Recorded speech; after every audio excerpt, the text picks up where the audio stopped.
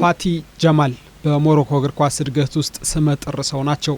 የሞሮኮ ከ20 ዓመት በታች ብሔራዊ ቡድን ከ20 ዓመት በታች የዓለም ዋንጫ ሻምፒዮን ሲሆን በሂደቱ ከአሰልጣኝ መሐመድ ኦሃይቢ ጀርባ ሆነው ቁልፍነታቸውን አሳይተዋል።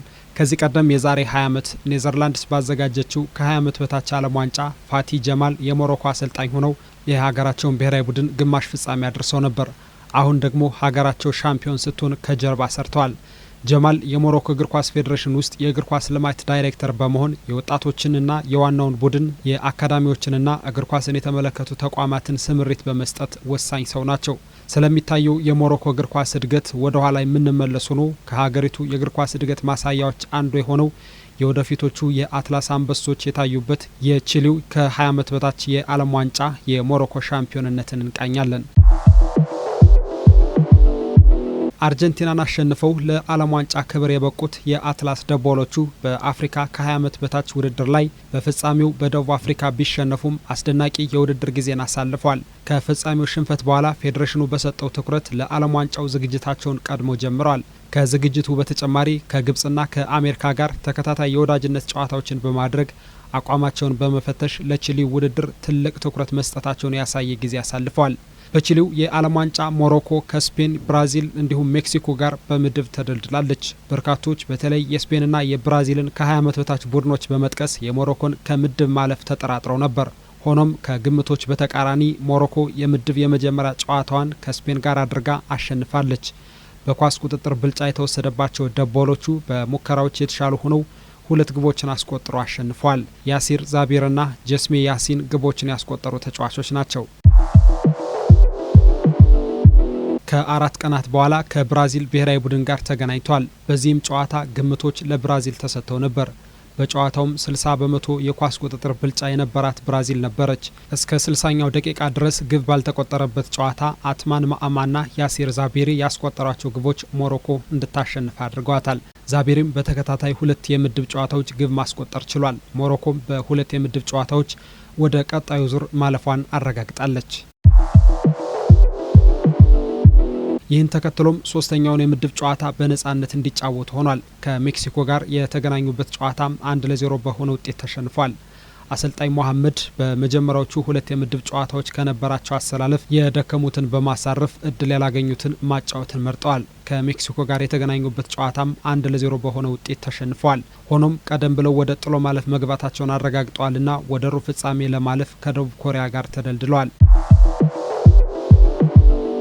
በደቡብ ኮሪያው ጨዋታ አሰልጣኝ መሐመድ ኦሂቢ በመጀመሪያ 2 የምድብ ጨዋታዎች የተጠቀሙበትን የጨዋታ መንገድ በመጠቀም ደቡብ ኮሪያን አሸንፈዋል። በጨዋታው ገና በ8ኛው ደቂቃ ሼን ሚንሃ በራሱ መረብ ላይ ለሞሮኮ ግብ አስቆጥሯል። በሜክሲኮ ጨዋታ የመጀመሪያ አሰላለፍ ውስጥ ያልገባው ያሲር ዛቢሪ ደቡብ ኮሪያ ላይ ግብ በማስቆጠር የሞሮኮን አሸናፊነት አስተማማኝ አድርጓል። በመጀመሪያ አሰላለፍ በተካተተባቸው 3 ጨዋታዎች 3ኛ ግቡ መሆኑ ነው። ሞሮኮ በጭማሪ ሰዓት ግብ ቢቆጠርባትም ወደ ሩብ ፍጻሜ ለመግባት አላገዳትም። በሩብ ፍጻሜውም ከአሜሪካ ብሔራዊ ቡድን ጋር ተደልድሏል። የአትላስ ደቦሎቹ በፋሁድ ዛሁኒ የ31ኛ ደቂቃ ግብ መሪ ሆነዋል። ሆኖም ለረፍት ከመውጣታቸው በፊት አሜሪካ በኮል ካምቤል ፍጹም ቅጣት ምት አቻ ሆናለች። ከረፍት መልስ የአሜሪካው ጆሹዋ ዋይንድር በራሱ መረብ ላይ አግብቶ ሞሮኮ ወደ መሪነት ተመልሳለች። በመጨረሻም ጀስሜ ያሲን ያስቆጠራት ግብ ሞሮኮ የግማሽ ፍጻሜ ተፋላሚ መሆኗን እንድታረጋግጥ አድርጓታል። ያሲን በውድድሩ 2ኛ ግቡን ማስቆጠሩ ነው። የአትላስ ደቦሎቹ በግማሽ ፍጻሜው ከሌላኛዋ የክህሎት ሀብታም ሀገር ፈረንሳይ ጋር ተገናኙ። ፈረንሳይ በምድብና በጥሎ ማለፍ ጠንካራ ከነበሩ ቡድኖች መካከል አንዱ ነበር። ከሞሮኮ ጋር ላለበት ጨዋታም በደንብ እንደተዘጋጀ የመጀመሪያው የጨዋታ አጋማሽ የጨዋታ እንቅስቃሴ አሳይቷል። ሆኖም ሞሮኮ በግብ ቀዳሚ ሆነች። ዛቢሪ የመታውን ፍጹም ቅጣት ምት የፈረንሳዩ ግብ ጠባቂ ሊሳንድሮ ኦልሜታ በራሱ መረብ ላይ አስቆጥሮ ሞሮኮን ቀዳሚ አድርጓል። በነገራችን ላይ ሞሮኮ በጥሎ ማለፍ በሩብ ፍጻሜና በግማሽ ፍጻሜ በተከታታይ ራስ ላይ በተቆጠሩ ግቦች ተጠቅማለች።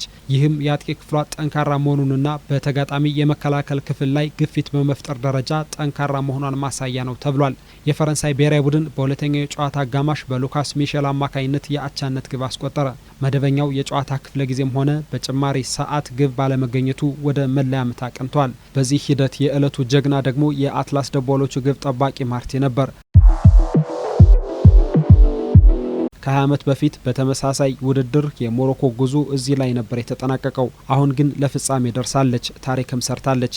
የፍጻሜ ተፋላሚዋ ደግሞ አርጀንቲና። በሌላኛው ጎራ አርጀንቲና በምድብ ኩባ፣ አውስትራሊያና ጣሊያንን፣ በጥሎ ማለፍ ደግሞ ናይጄሪያን፣ በሩብ ፍጻሜ ሜክሲኮን፣ በግማሽ ፍጻሜ ኮሎምቢያን እያሸነፈ የመጣ ጠንካራ ብሔራዊ ቡድን ይዛለች። በሂደቱም 15 ግብ ያስቆጠረ ጠንካራ የፊት መስመር የገነባች ሀገር ናት አርጀንቲና። በዚህም የፍጻሜው የሞሮኮና የአርጀንቲና ጨዋታ ድንቅ ሆኖ እንዲጠበቅ አስቻለው። ሞሮኮ በራሷ መንገድ ከምድብ ጨዋታ ጀምሮ በመጣችበት የጨዋታ መንገድ ተጫውታለች።